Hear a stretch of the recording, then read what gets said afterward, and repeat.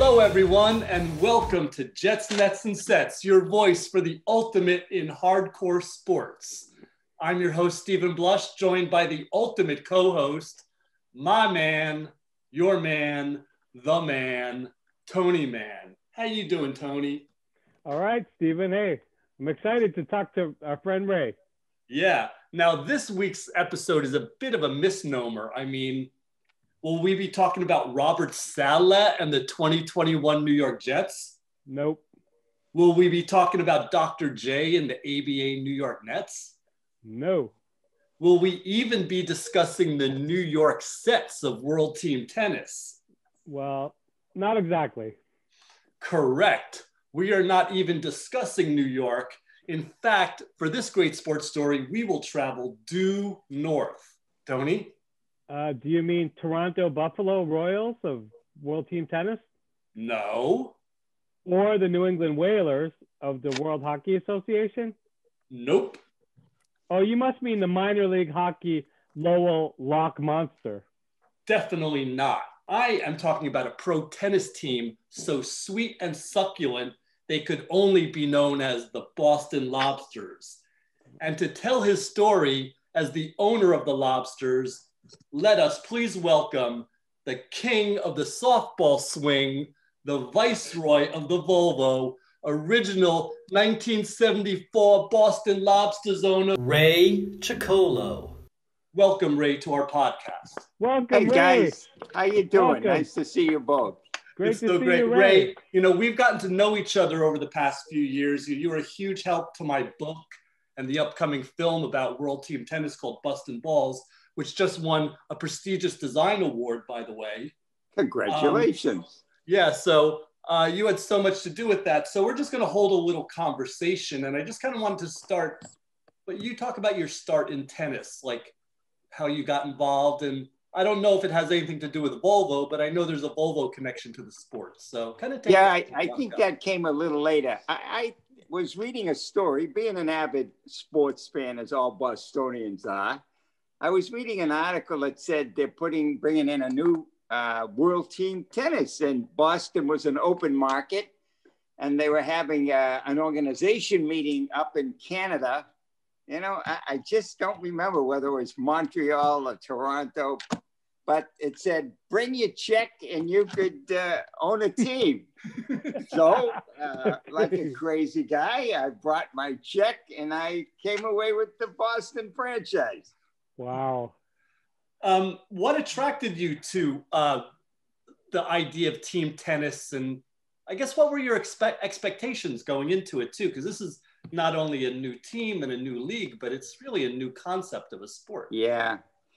You know, I'm not sure I had a lot of expectations. One of the things is that Boston is a really, really hotbed of tennis, and it had the second biggest, most successful tennis tournament in the country, and one of the biggest in the world in Longwood. And that was the days of the amateurs, but the Rod Lavers and Stan Smiths and all the big names, before they went commercial and started to play for money, this tournament was always sold out in Boston. Yeah, so it was really like there was this whole thing about indoor tennis that was happening at the time too, right? Like a lot of people were starting to play indoor because it was cold. Oh, yeah. Oh, sure. 10 years before that, maybe. A lot of clubs had popped up, and there was a lot of people, playing indoors. There was a lot of interest in tennis in the Boston area. I said, what better city than Boston to have a team? Talk about those first league meetings and the first draft. What was going on in your mind? All that kind of stuff. That was very, very, very interesting because, I have to be careful what I say, but there was a slick group from LA, and, they were involved in forming several leagues. It was so long ago that I don't want to name the leagues. I think it was the WHA, but in any event, they were involved in all these, leagues, these new leagues. And they were talking about, starting up a new football league. And these were the guys. These were the movers and the shakers. As a matter of fact, I remember one particular meeting was in Houston. And I say, it was so long ago. I think it was Houston. And Gordie Howe was playing for one of the WHA teams. Yeah. And he says, come on. He says, we'll take all you guys back into the locker room to meet Gordie Howe after the game. So sure enough, he was around 50 then, still playing, still checking and being Gordie Howe. Amazing. And I remember seeing this, and, they had to play another game right after this. They had to catch a bus, and they were throwing all this wet uniforms and skates and equipment in their hockey bag, and they were trying to make it out of there. And I'm thinking, wow, this is not exactly what a hockey fan would think of when he thinks of one of these locker rooms. So anyway, down and dirty, right there. Yep. Well, it's, the real thing, and Gordie Howe, like all hockey players, he back in the locker room, he takes out his teeth, and you got all these hockey players, and you say, wow, this is a new experience. In any event, it was interesting meeting with all these guys, and they had formed a committee, and they had started signing players. So they already signed some players when we went to the initial organizing meeting. Now, every other tennis organization in the world was boycotting World Team Tennis. So if you ever played for World Team Tennis, oh my God, you were a scourge. And, so here I am right after I signed up, and I figured right away I'm going to have to sign some players. So I take my wife and I, we fly to Wimbledon shortly thereafter, and we start trying to talk to players. They wouldn't even talk to us. So, wow. They were told if they played in team tennis, they would ban them from Davis Cup, and they would ban them. I mean, which was absolutely ludicrous, because if you think of the supply and demand equation of pro sports, the more people that are bidding for your services, these guys could have made more money and driven up, prize money and so on. But they they were purists. You couldn't do that. You couldn't clap. You couldn't make noise. Oh my God, we were like, so very interesting time. It's hard to imagine in today's sport climate with the way people participate now. It kind of was a holdover from World Team Tennis, and it affected all sports later on in a way. Yeah, it did. I mean, you've got a complete 180 now. Now, my God, some of the fans, if they're not down there on the field, it's like that. It's like that stripper in the Super Bowl there, The streaker. He wants to participate. Hey, I want my 5 minutes of glory. Great. But it was really a, we'll get into it, but early in the season, I mean, Jimmy Connors and Yvonne Goolagong, I mean, they got banned after winning the Australian. They weren't allowed to participate in the French and the Italians, if you remember that. Yeah, it took courage on their part. They obviously saw something that maybe, this might have some merit, So, gradually some of them started to sign, but, I think the owners kind of made a mistake. They started to acquiesce to schedules with the players, and I think that was a mistake. Sure, there's a bunch of problems, and we'll talk about all those problems. I want to talk about the naming of the team, the first days of the organization of the operation, naming the team, choosing a mascot. You have the office with all this red and black lobster stationery, talk about the behind the scenes of this operation. Well, this was really kind of amusing. Bud Collins, who was the premier tennis writer in the world, he used to write internationally, as you all know, and a legend. He's a legend. Yeah, he was remarkable, and so he wrote a story that said local Volvo dealer buys you know, the Boston franchise. So, you know, again, the details are a little sketchy, but pretty soon someone shows up at my Volvo dealership and he says, hi, they said, there's someone here to see you. And they bring him in my office and this young kid shows up. He says, hi, I'm John Corp. I go to Harvard and I want to run your team. And he was a ballsy kid. This kid had a lot of moxie and he was very, very, very good. So he was also a tennis player, came from a very wealthy family that, you know, country clubs and tennis and so on. So needless to say, we hit it off and I hired him. And so that's where it began. How'd you come up with the name of, when you came up with the name of Boston Lobsters? Well, you know, it's so funny because I had a conversation with my brother not too long ago, one of my brothers, and he absolutely alleges that he was the one that named the team, and he gave me that name. But he what really were some wasn't. of the clunkers that didn't make it? Was there any clunkers you can remember? Again, we had a gigantic, at the time I remember I had a product called Renault. And Le Car, Renault Le Car. Renault Le Car, oui, yeah. Oui, Le Car. So anyway, we decided to have a contest. In the meantime, Bud Collins had written a story, it seems to me.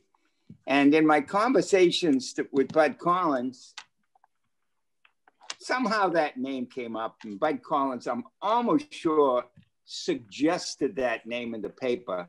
So then we have this contest and we're going to give away a brand new car to whoever names the team, and we select the name. Well, we are, between you and I, we knew what the name was going to be before. But, you know, for publicity, we said, we're going to have this big contest. So, but we had to make sure, because I've been around the block a little bit, even though I was very, very young. I knew that if I had, you know, 10,000 people sending the name Lobsters, I would have 10,000 lawsuits saying I named the team. So we had to have some sort of device that we put the name, all the names in the hat, and we would draw one. So anyone that said Boston Lobsters, and that was specified in the rules, whatever it was. And so we pulled out some young man's name, and he won the car, and we called that, and we announced that we were going to call the team the Lobsters. But again, from you know, the cute little idea of a lob, and is a, you know, a tennis term, and and you know, a lobster with two claws and a tennis racket. So very good. We then hired, John hired some artists and got some renditions. And you know, he was big on a lot of lobster gear, equipment. We had more equipment and T-shirts and tennis rackets. I mean, we bought more stuff than any of the franchise, all of them put together. So we really marketed it and saturated the area with lobster stuff. And it fit regionally. It makes sense also. Yeah, obviously it did. Obviously. So talk about putting this team together. I know you draft Kerry Melville, you draft Ian Tiriac, the Mad Romanian. Yeah, Dracula. And, let's start with this. There's one story that I found that I guess you had drafted this guy named Nicky Pilic. Yeah, very good player. Yeah, very good. He was player. Kind of like he wasn't great to deal with, though, from what I hear. I don't remember that. What happened was, again, we drafted Nicky Pilic. We drafted Kerry Melville, who was in the top 5 in the world, and Nicky Pilic, and all of a sudden, somehow, as we went along, more and more players started to show an interest in playing World Team Tennis. Somewhere, somehow, Roger Taylor showed some interest, and his wife was a pro tennis player. So we signed Roger Taylor to be the #1 in singles, you know, our #1 male player. And we traded Nicky Pilic to New York. New York team. Yeah. The sets. The sets. Nice guy. I don't remember anything. Okay, so talk about you know, Kerry Melville. You have a very colorful team because Kerry Melville ends up marrying Raz Reed, your other players, and you have this crazy. Yeah, we'll start with that part first. All right, you know, I sympathize with you know, all these pro sports teams because a lot of things the fans don't know, and you know, you do the best you can. So I signed this guy, Roger Taylor. He was in the top 10 in the world. Big serve. He was going to be, you know, really a macho male player. He shows up with a bad arm. In the meantime, I signed Raz Reed. And I remember John and I driving to South Carolina, like in the middle of the night, trying to watch an exhibition match of Raz Reed and somebody else. So we signed Raz Reed, and I give him the kind of contract that says, you know, for every #1 start you get, you know, you're going to get this bonus. Everything's relative. I don't remember what it was back then, but it was substantial because I already had my #1, and I'm thinking, oh, this kid will never play. But Taylor shows up with a sore arm. Now Raz Reed becomes my #1. So I'm not only paying Raz Reed, I have to pay Taylor, who didn't play much. So, you know, that was expensive. And then, as you point out, he and Kerry Melville kind of hit it off and ended up getting married. And then we also signed a girl by the name of Trish Bostrom, who was a kind of a concert pianist and an interesting girl. And we signed Janet Newbury. Now, Janet Newbury was going to be, you know, play a big part in this. She was going to be our #2 female player. And she shows up also with, yeah, no, I have to pick my words carefully. No, but she showed up like way out. She showed up way out of shape, let's say. Yes. And so, didn't she like blow out both her knees because of her weight? Yeah, something like that. Oh, no. But you know, again, when you think about some of these proteins, you just, it's not in your best interest to scold them, yell at them, chastise them, penalize them. Then you get nothing out of them. So it was, again, one of those delicate things. It was where, you know, it was a lose-lose, you know? So, well, speaking of yelling at the teams, you had a pretty colorful head coach. Why don't you tell us about him? Oh, my God. There wasn't any better than Ian Tiriac. You know, I would give anything. And as you know, since he left the tennis business, he's the most successful man in all of Romania. So he was creative, he was clever, he was smart, he was savvy. He gave us some tapes when he was playing for the Romanian hockey team. He played the Russians.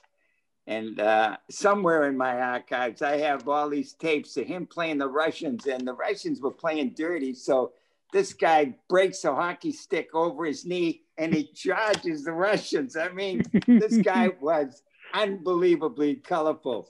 He also had this knack, which was insane, of eating glass.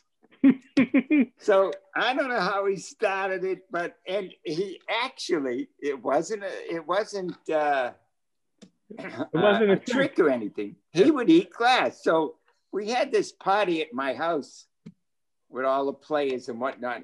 I have 3 daughters, and the 3 daughters were there, young girls, and this guy scared the bejeebies out of him. Remember, he had this long black mustache, and he had the blackest hair. Yeah. He was very hairy, you know. He's like Rasputin or Dracula, they used to call him. Yeah, too. Exactly. He had that nickname, Dracula. He's our hero. This guy's our hero, okay? He is. He was certainly mine. He was something. So he was the heart and soul of the team. But sure enough, he breaks a glass and he eats this glass at my house. And I'm thinking, oh my God. course, you're worrying about this guy bleeding to death, his internal organs. But whatever it was, he I don't know what possessed him to develop that kind of a knack. There's also a story of him during